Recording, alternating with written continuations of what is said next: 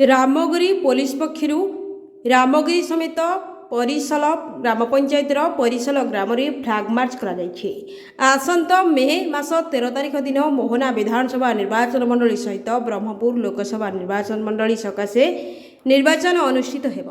एणु अंचल मोहना निर्वाचन को हिंसामुक्त करने और भोट प्रतिशत वृद्धि लक्ष्य नहीं पुलिस पक्षर विभिन्न पदक्षेप नि तेज आर उदयगिरी उपखंड आरक्षी अधीक्षक अश्विनी कुमार नायक नेतृत्व में रामगिरी थाना अधिकारी और एएसआई समेत थानार अन्य कर्मचारी अंशग्रहण करते।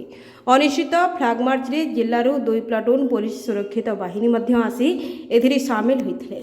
गजपति जिला उदयगिरी मनोज कुमार पाढ़ी रिपोर्ट ओडिशा डिजिटल।